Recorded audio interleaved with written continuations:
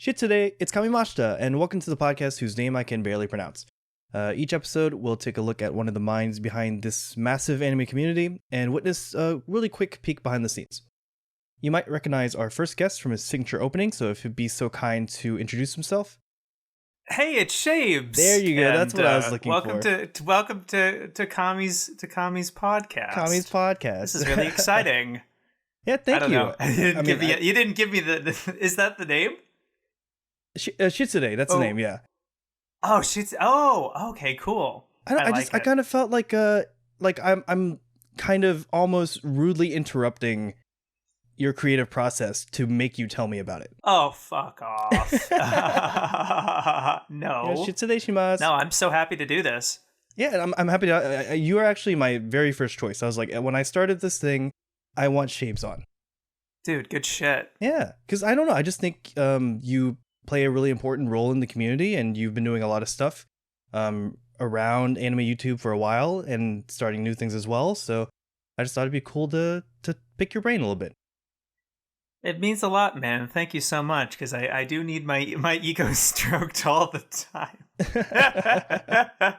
But because I just have very low confidence in myself, and because I was reflecting today, I had this very random thought about my place in the community in that way, because it kind of is a reflection of how I saw myself or found myself, I guess, when I was doing theater in high school. And this is not going to be a big story, don't worry about it. But like what happened was, like, I was so much into theater and doing all the plays and getting these really big roles in middle school.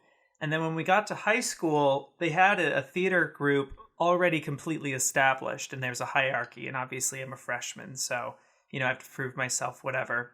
Make your way to the world. Yeah. And so, I kind of saw myself as hot shit, and, certain reality hit me, and a lot of certain unlucky things happened, and I ended up finding myself at the complete bottom of the ladder. Like, I couldn't possibly be any lower from where I was just a year ago. Only even a couple of months ago, actually, because it's a whole thing. But then, yeah. So then that all through high school was a struggle of me gaining that reputation back, or like finding my place in that way. And I constantly found myself in the presence of more talented people.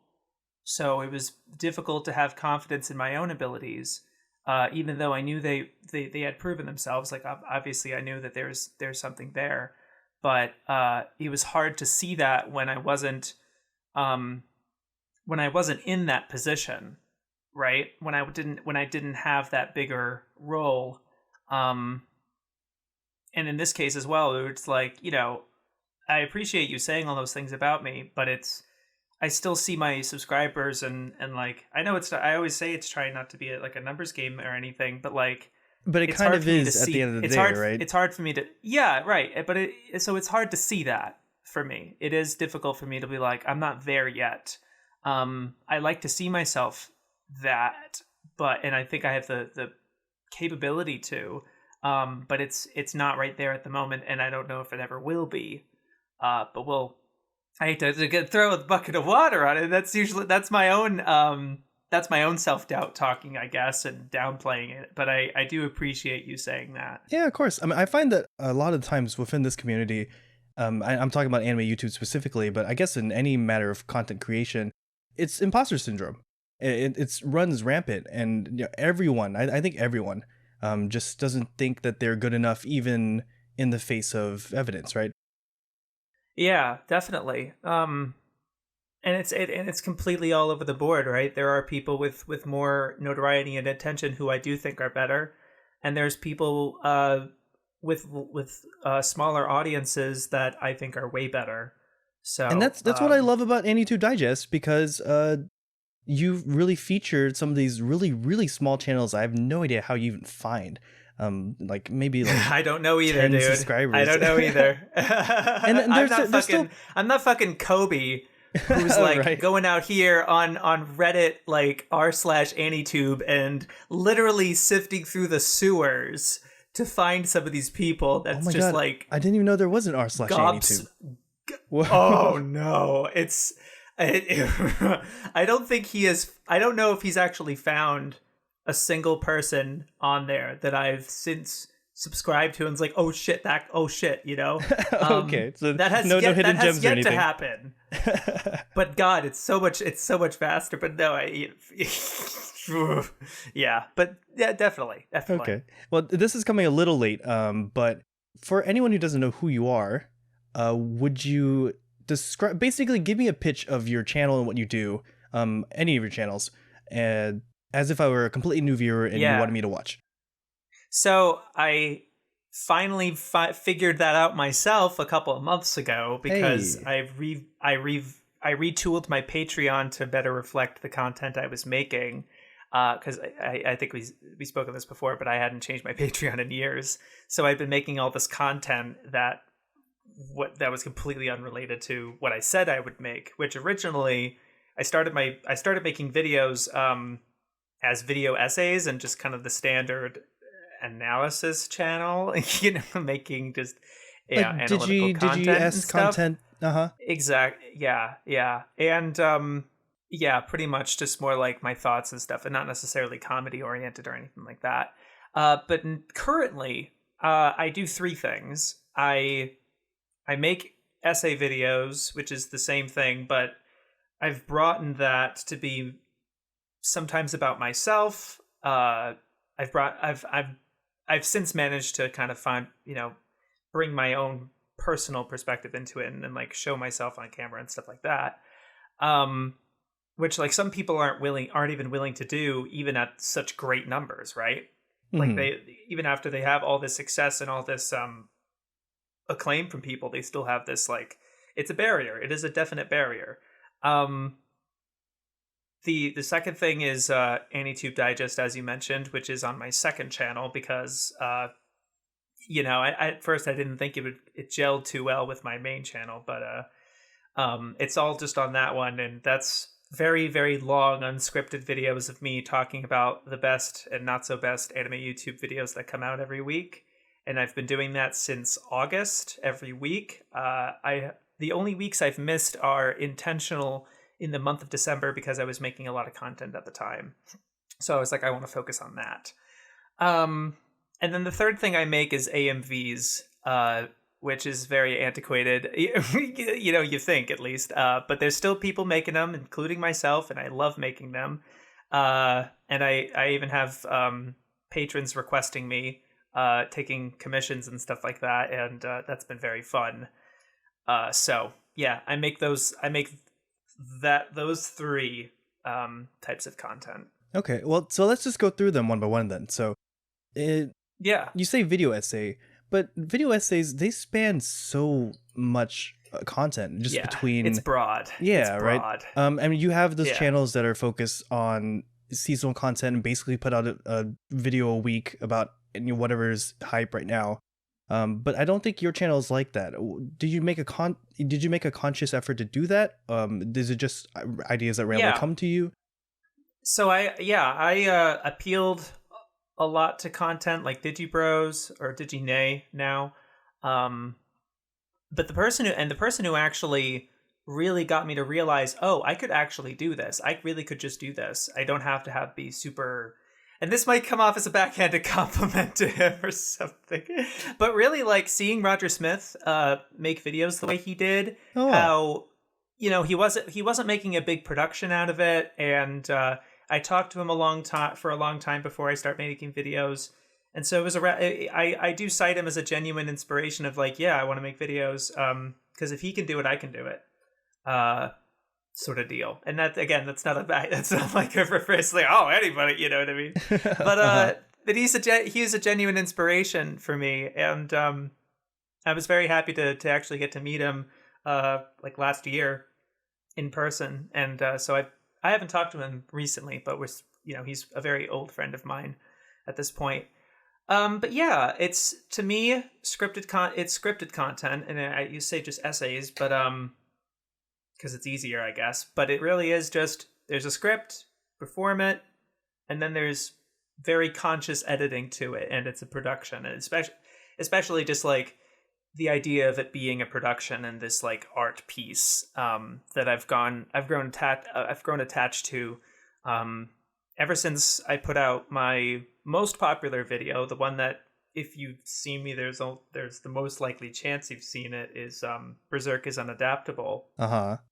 Because it's a very baity topic, and a very, hot People take, love whatever. Berserk, man. Anything about Berserk just gets monster views. Right. Yeah. So how do you feel that is your popular video? Your most popular? Do you think it's representative of your channel? I'm happy. I am happy with it because I am very proud of it in terms of what it represented for me as a content creator, as someone editing videos and stuff. There are problems with it. I would say that there's more problems with it than any of my other videos, really. I don't have as many problems with my other videos, but then that one I can tell there's certain things I wish I did different. I mean, that one was one you made a while ago, so you've probably grown and learned from that, right? I would hope so. Yeah, but like, oh, for sure. But like, I think I want to say that was my 6th video. I want to say that because of 7th or 8th video that I ever made. Which is obviously, it's like, oh yeah, no shit. But like, I'm just as proud of my Revias video or my Moomin video, which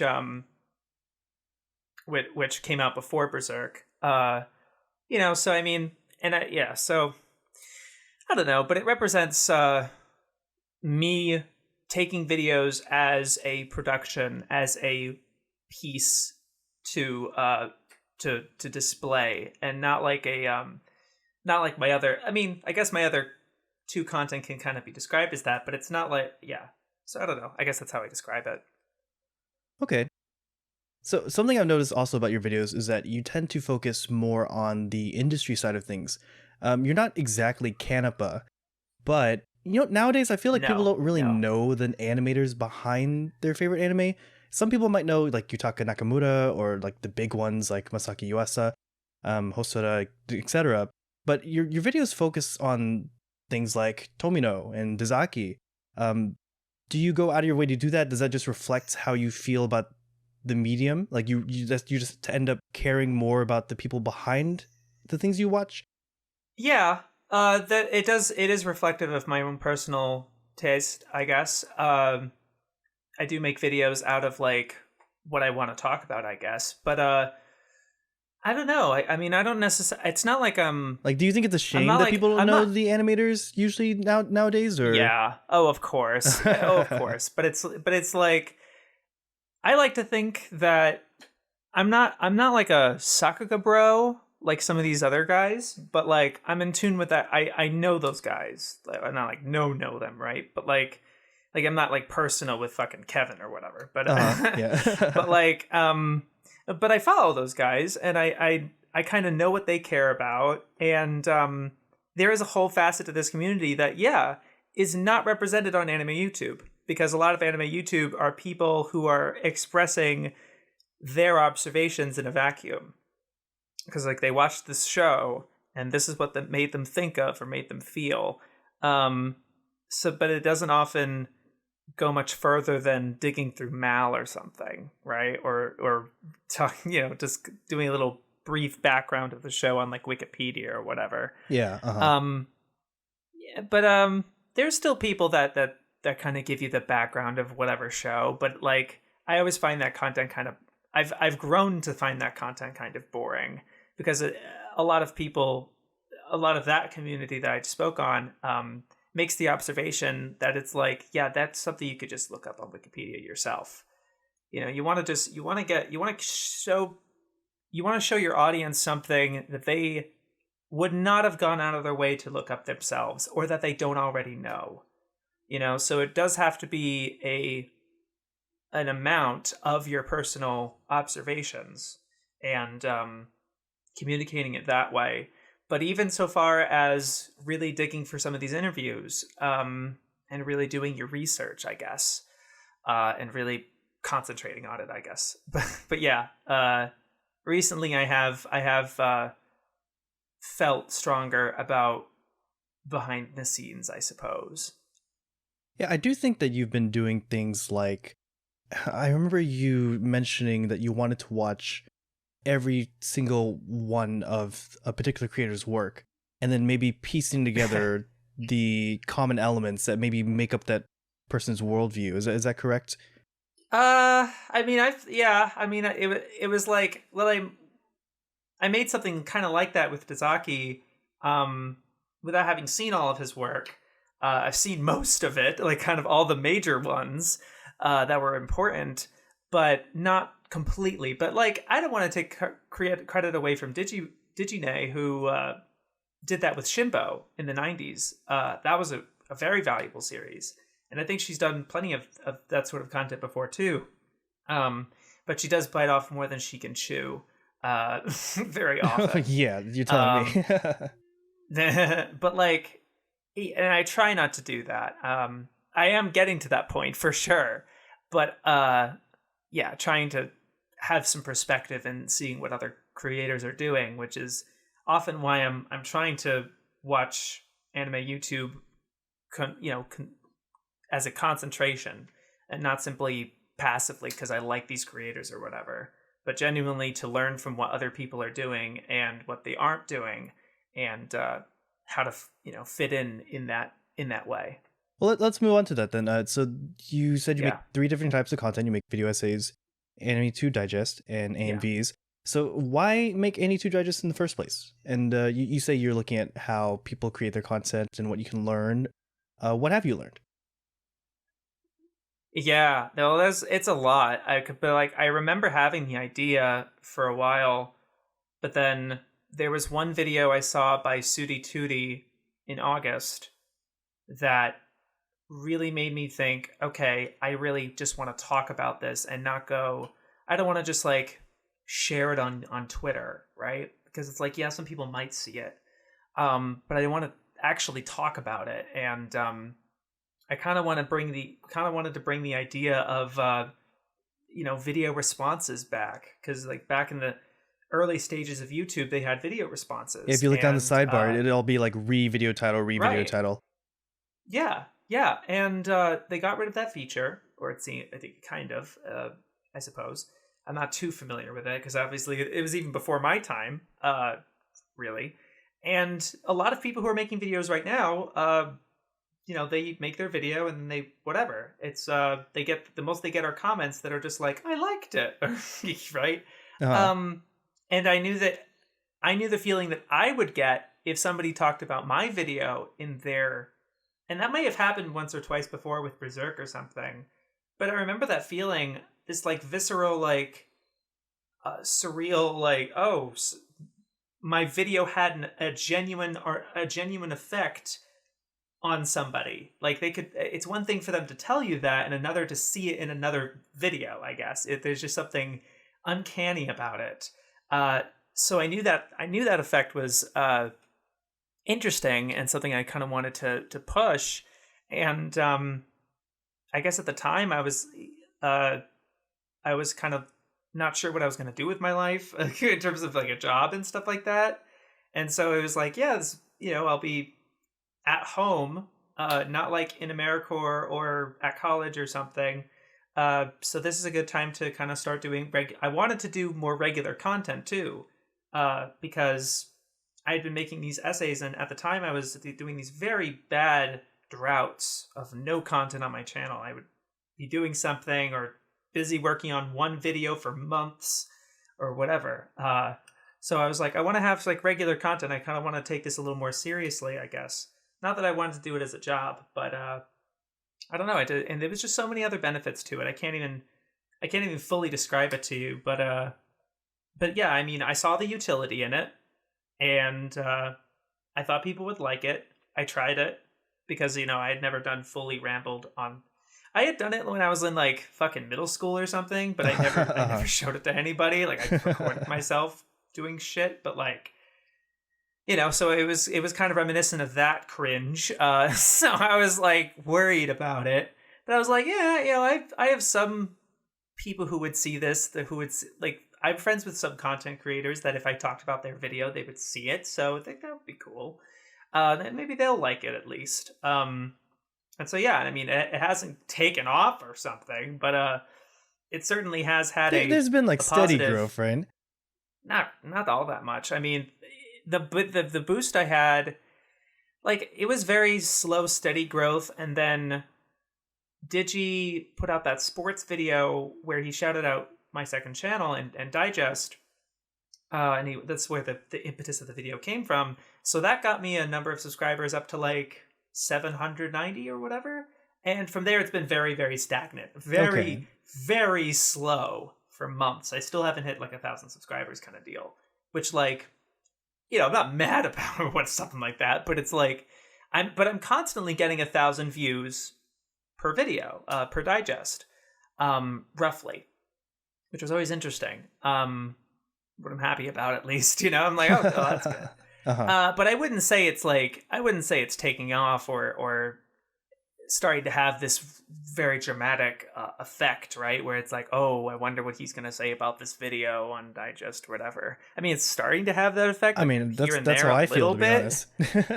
Yeah, like a little bit, but I don't see that too much, or in the general discourse, I suppose. But I am seeing some further discussion happening, which is what I wanted. I wanted more people to talk about it, and more people. Also, the big thing really was I wanted people to take anime YouTube seriously and really show that, like, no, people are making really cool stuff on here, and you're being ignorant by just saying everyone's trash, everyone's a fucking brainlet.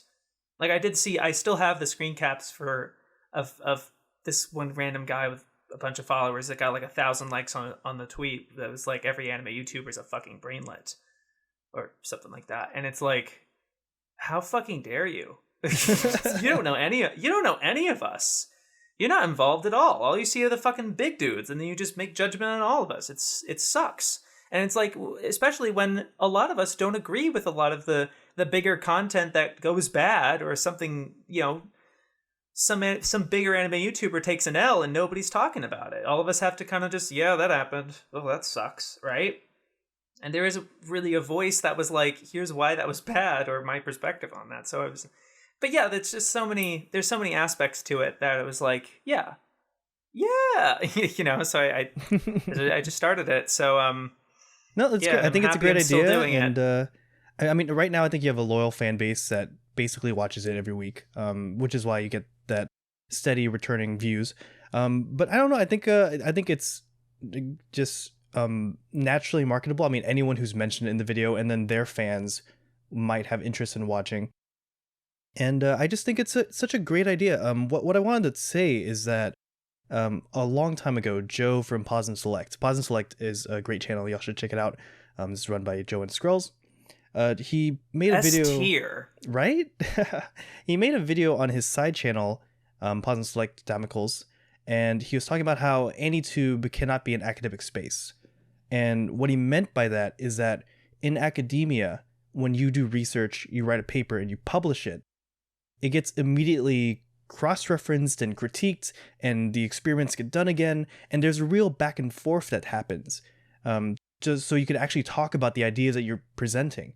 But in something like anime YouTube, I mean, obviously it's not something as sophisticated as, scientific research. Academia. Academic. But everyone is just like in their own little bubbles, they don't really talk to each other. They just kind of have this channel that they stick things up on and shout into the void, right? Yep.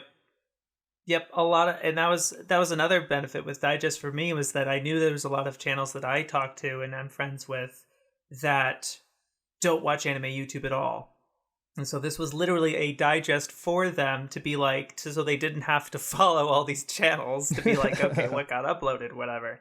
Or like, because it is, I don't know what it is, but it's like, even though we love anime, you would expect us to watch a bunch of these videos, like whatever. But I think there's this innate, like, I don't want to get influence from these people because it would influence my own content, or like I don't want to see cringe and it make me have this subconscious feeling like maybe I'm posting cringe. I don't know, where it's like it's this uncanny feeling, and I feel it. I do genuinely feel where it's like I don't often have the motivation to watch some of these channels, even though I do like their content. So that was another effort for Digest for me. It was giving me the incentive, like, okay, I will genuinely watch these videos, even though I don't totally feel up to it. And I know that if I do, and I reflect on it, and I communicate what I feel about it, that will inherently inspire me and improve my own content. But I don't know. I'm sure other people can speak on why they don't watch other anime YouTube videos, but they probably don't have an answer. They probably just don't know. They're just like, I don't know. I'm just not interested. I mean, to be honest, I never thought of it. Whenever I'm making a video and I have an idea, I know this is a little not necessary. I watch almost every video on the same topic to make sure that I'm not accidentally copying off someone else's idea. Even though, people are able to tell things in their own ways and put their own spin on things. I mean, I even watched like Nearly on Red's videos, which are like hour-long lectures with him at a whiteboard. Hours, yes, hours. Just to make sure I'm not covering something. Dude, he's so great. I feel really bad that he's crazy. He is crazy. Absolute madman. That's right. I am crazy. Oh, I don't think of myself as crazy, but that's a really good impression. Yeah, no. But another thing I wanted to touch on was that you were mentioning before about how when you make a video or something like that, you can see that it actually really touched somebody, and that's actually what gave me the will to continue in those early days. Just because I think on one of my first videos, I forgot which video it was. It might be my silent voice one. I got a comment, and the comment was, "You are the." I have to remember it. I know what you mean. I know what the kind of comment you got, where it's not necessarily about the video, but it was about you. I think I remember it. You are what I want to say, the words that make sense in my head but not in my mouth. And it was just wow. Reading, that's clever. Yeah, right. And it's reading that and just eloquently written. Nice comment. It was so poetic, and it was just the idea of being able to bring form to this kind of ambiguous, esoteric thought that someone had or feeling, and show it to them and say that, hey, this is what you're feeling, right? And them connecting with that. Yeah. And a lot of us are making these videos out of a sense of, I'm not crazy, right? Like, I'm seeing this. Does anyone else see this? Yeah, totally. Yeah, and what really spurred me on in those first couple of months was one of my first subscribers that was like I was looking at my email every day, looking at the subscribers that came in, because there weren't very many. There was just like one or two like every couple of days. But I had a subscriber. It was Kevin Ya, because I looked over my email. Nice. And it was one subscriber, 25K subs. I was like, what the heck? Where's this bigger dude looking at me? Nani? Yeah. And then after that, Math was subscribed to me, and it was just a really big confidence booster, just knowing that you're being noticed, right?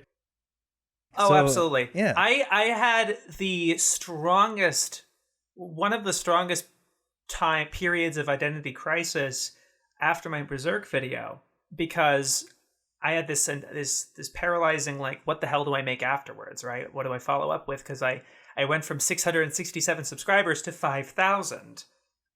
So I was like, okay. So I was working on this how to anime video, how to get anyone into anime. Which is a great video, by the way. You should go check that out on one of my favorite videos. YouTube.com/Caribou-kun.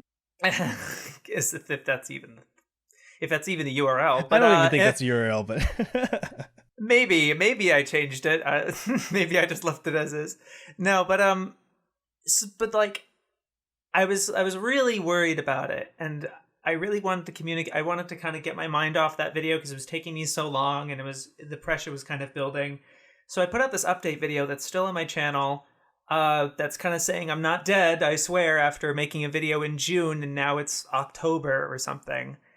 And it was just kind of a low-key, kind of lo-fi chill thing, and I didn't have my voice in it. It was just text, and it had some Kino clips from Yokohama Kidaishi Kiko, really good OVA. Really good choice. And Yeah, right. And it's still a comfy video. I do really like. I like it. But it was also where I announced that I have started Twitter. Here, follow me on Twitter. Funny enough. But Unique Nameosaurus commented on that video where he's like, "Whoa, you're gonna put this much effort into a fucking update video? Holy shit!" And he's just like impressed, and I was like, yeah, it was surreal. I could not believe it. Because that was the last video I would expect anybody big to notice, I guess. And I really appreciated that. And like, especially, and I think I've already told you this, but like, Digi commenting on my Infinite Revised video when at the time it was performing very poorly. Like abysmal. It's still not a very well performing video. And the fact that that's the first time that I saw that he found what my channel was and subscribed to it, because he was saying, yeah, Revius, because he is a fan of Revius and stuff. I was beside myself, and it is such a confidence boost. I completely agree with you. It's so cool. It is very cool. Yeah, I mean, say whatever you want about Digi, but did you know that Digi is actually part of the reason I started a channel in the first place? Because there's a long, not completely. There's a long period of time where Digi was just making videos about how to make videos because she wanted to have other videos to watch, because she was also into watching anime YouTube. Yeah, so she has this, like, I remember that 3-hour long video of just the process of editing that I still use the same process today. She has a video out about how to write a script, just like everything you could think of. And I don't know, it's just it gave me the tools to really jumpstart my channel. So it's similar with Pause and Select on his second channel has this video about editing manga videos. Oh my, that's like a 10-part series on how to edit manga. That's that right there was exactly how my Berserk video got made. Oh, wow. I was like, I want to make a video about Berserk, and it includes the manga. I want it to look like that. The fucking Pause and Select videos, like, because his videos looked incredible. So I watched those videos, and he's like, yeah, you cut it out, and use the white background and move the stuff around, and I'm like, oh, yeah, and I'm still feeling that. I'm still getting those. I'm still getting that, like, oh, adjustment layer zoom? That's what it is?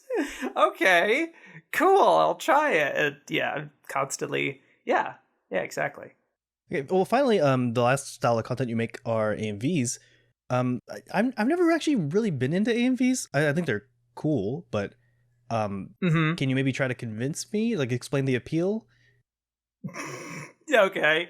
Well, it's really like, I think once you make one, you start getting ideas for other ones, and because it's just indicative of the rest of my content, where I just want to make videos that I want to see.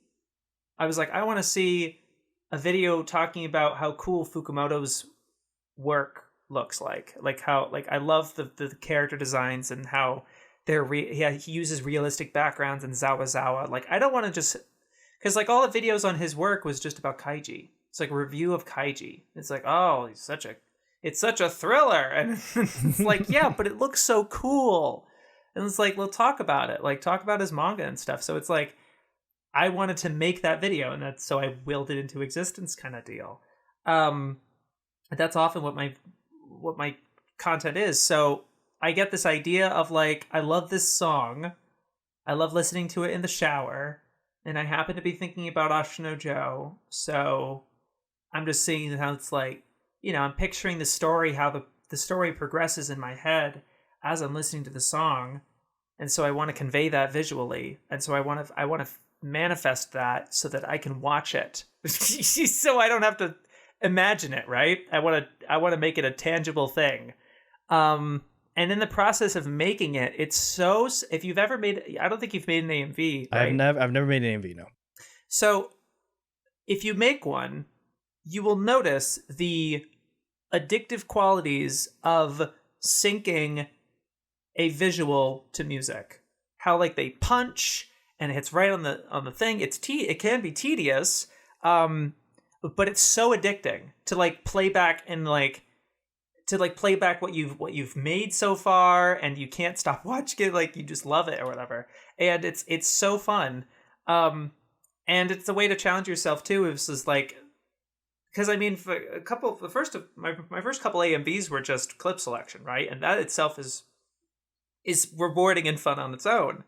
But then it's like, I wonder what this would look like visually. I wonder what this effect would have. Like, oh, that's cool. That's something I would never even imagine or see anywhere else. It's a lot like, and I get a lot of inspiration from Gil Eyes Here, how he makes his AMVs. And like, I didn't even like process that they were AMVs at first, because he doesn't label them like that. Which is great, which is very smart. And I probably should learn from that and just stop calling them AMVs. But like, they're ostensibly AMVs, I guess. And he's showing you images that you would never have imagined or guessed. It's like peering into somebody else's head, you know? So it's like, you're manifesting your dream. I know this is very corny, but it's like you're manifesting your dreams of like what you're picturing is like, this would be cool, and making it a reality, you know, and making it tangible, and then sharing it and being able to show it to other people and make them feel the same way you felt, which is of a trait that I've found to be very valuable to me and something I want to pursue professionally. And it's like, you know, at the current moment, in this time of crisis, no, with the tools and the time that I have now, I don't have anything going on. I want to have things going on, right? I want to have, you know, I want to be a productive member of society or whatever. But like, with the time that I have and the financial freedom I have, or the circumstances that I've found myself in, I'm going to do that as much as possible. I'm going to kind of give what I have it in my head and show it to other people and hopefully have them feel the same way I felt. And a lot of that is like showing them the anime that made me feel this way. And I want them to feel the same way too. And that's something that extends to what I really want to do, which is not really YouTube professionally, because I know that it's not lucrative at all. I don't have ads on any of my videos. Like, almost all of them have copyright claims on like music and shit, you know, because it's, yeah, whatever. Yeah. But it's because it's like, it's not like profitable. It's not like a business plan. So I don't really want to do that. I don't think it's feasible, or if it is feasible, it's not what I want to do with my life. I love making videos. I do not want to like do what is necessary, you know, do what these other guys have to do. So like tomorrow you had like your Patreon somehow exploded and now you're getting $4,000 a month. That would be horrible for you. You would hate that. No, but like if that meant that,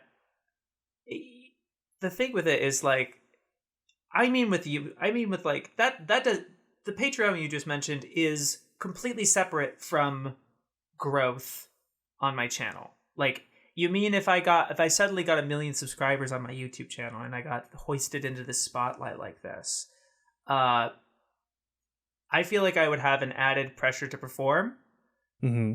I would have a lot of annoying people, because like, when you start to get more and more people, the more you start to attract flies and really annoying shit stains. I can't imagine those comments on that Berserk video. Buzzing people.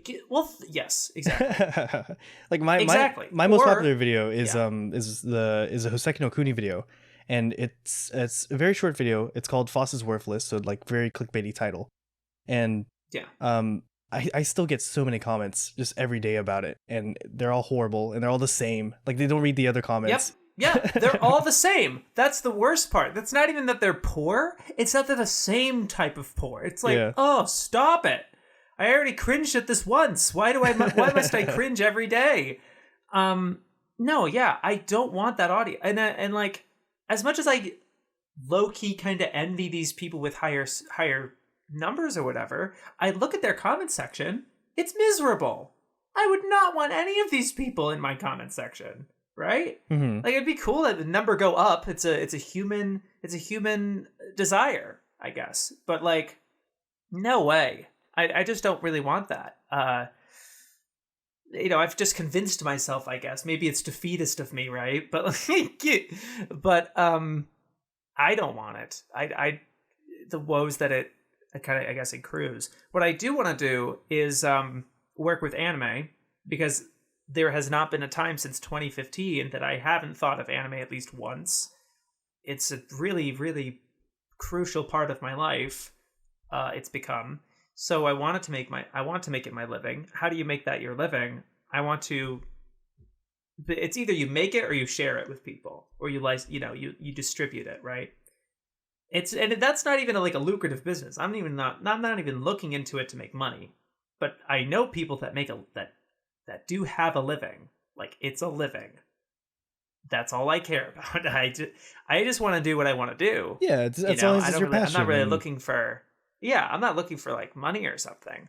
So I really want to get into licensing, and I got my foot in the door miraculously. I see these other people who are collectors who would kill for the opportunity I have, and it's clear that I was chosen because I'm not cloyy. I don't know what I was.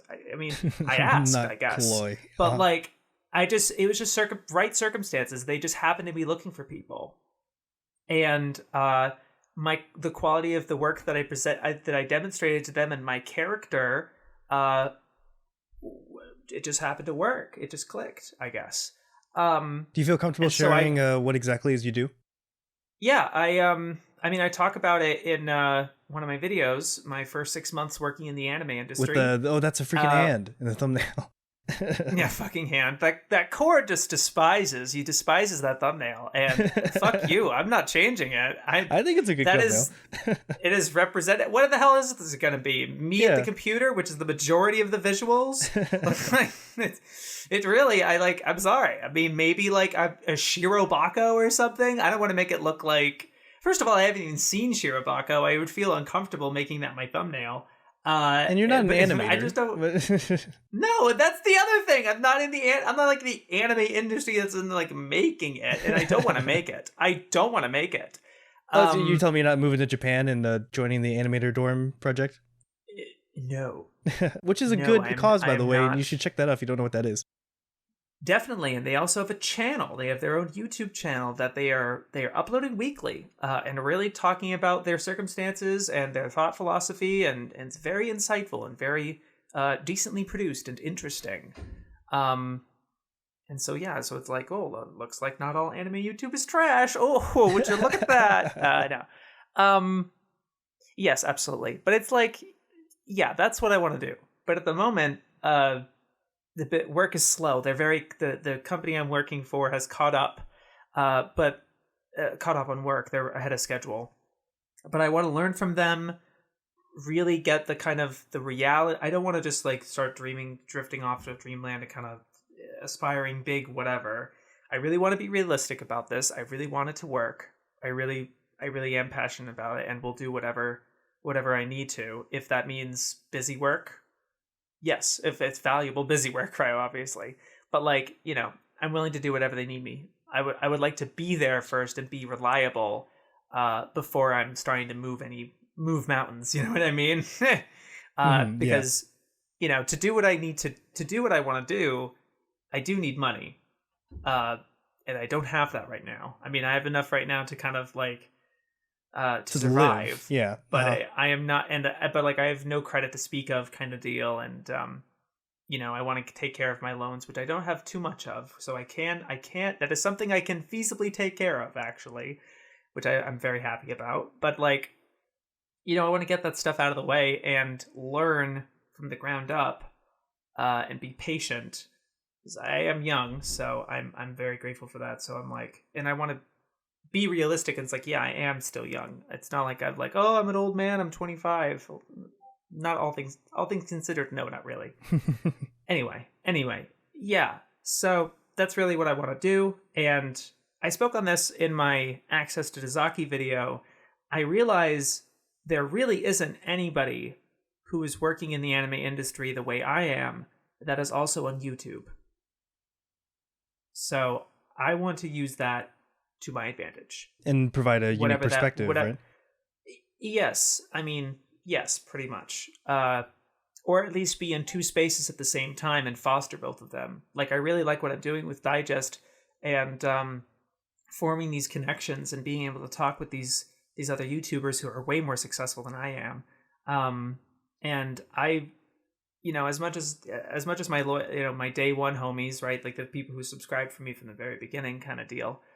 As much as I really love and respect those guys, I really value the ears of those other dudes, right? Of like these 100,000 subscriber, 1 million subscriber dudes that are making this content and want to talk to me and want to pick my brain.